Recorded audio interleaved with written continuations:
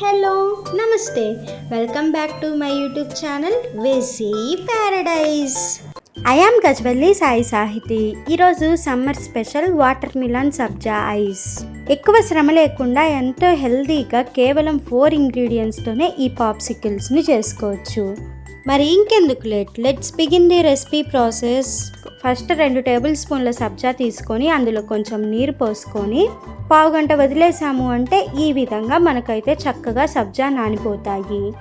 వీటిని పక్కన పెట్టేసి ఒక మిక్సర్ జార్ తీసుకొని అందులో బాగా తియ్యగా ఉన్న 1 కప్పు పుచ్చకాయ ముక్కలు తీసుకోవాలి. తర్వాత ఇందులో పావు కప్పు పాలు, మీ స్వీట్నెస్కి తగ్గట్లుగా తేనె యాడ్ చేసుకోవాలి.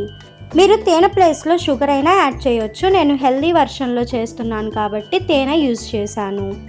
ఇప్పుడు బాగా మెత్తగా గ్రైండ్ చేసుకోవాలి. చూడటానికి ఈ విధంగా ఉండాలి. ఇప్పుడు ఇక్కడ చూపిస్తున్న విధంగా ఒక లేయర్ ఆఫ్ సబ్జా సీడ్స్ని యాడ్ చేసుకొని పైనుంచి గ్రైండ్ చేసి పెట్టుకున్న వాటర్ మిలాన్ మిశ్రమం యాడ్ చేసుకోవాలి. తర్వాత ఐస్ క్రీమ్ స్టిక్స్ని ఇన్సర్ట్ చేసి ఫ్రీజర్లో పెట్టాము అంటే సరిపోతుంది. నా దగ్గర పాప్సికల్ మౌల్స్ ఉన్నాయి కాబట్టి నేను ఈ విధంగా చేశాను. ఇన్ కేస్ మీ దగ్గర లేకపోయినా నో ప్రాబ్లం. ఇంట్లో ఉన్న టీ గ్లాసెస్లో అయినా మనం ఈ ఐస్ని ప్రిపేర్ చేసుకోవచ్చు. మీ ఫ్రీజర్ టెంపరేచర్ని బట్టి 2 నుంచి 5 గంటల్లోపు మనకి ఈ విధంగా రెడీ అయిపోతాయి. ఇంకేముంది, డీమౌల్డ్ చేసుకొని ఎంజాయ్ చేయటమే.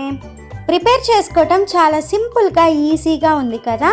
సేమ్ ఇదే ప్రాసెస్లో మీరు వేరే ఏ ఫ్రూట్తో అయినా ట్రై చేయవచ్చు.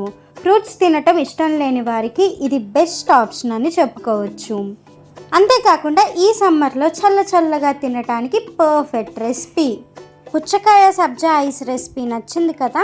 అయితే ఇంకెందుకు లేట్, వెంటనే ఈ సమ్మర్కి ట్రై చేసి చూడండి. Stay tuned for more interesting recipes. Please do watch, like, share, comment and subscribe to my YouTube channel. Thank you for watching. Bye.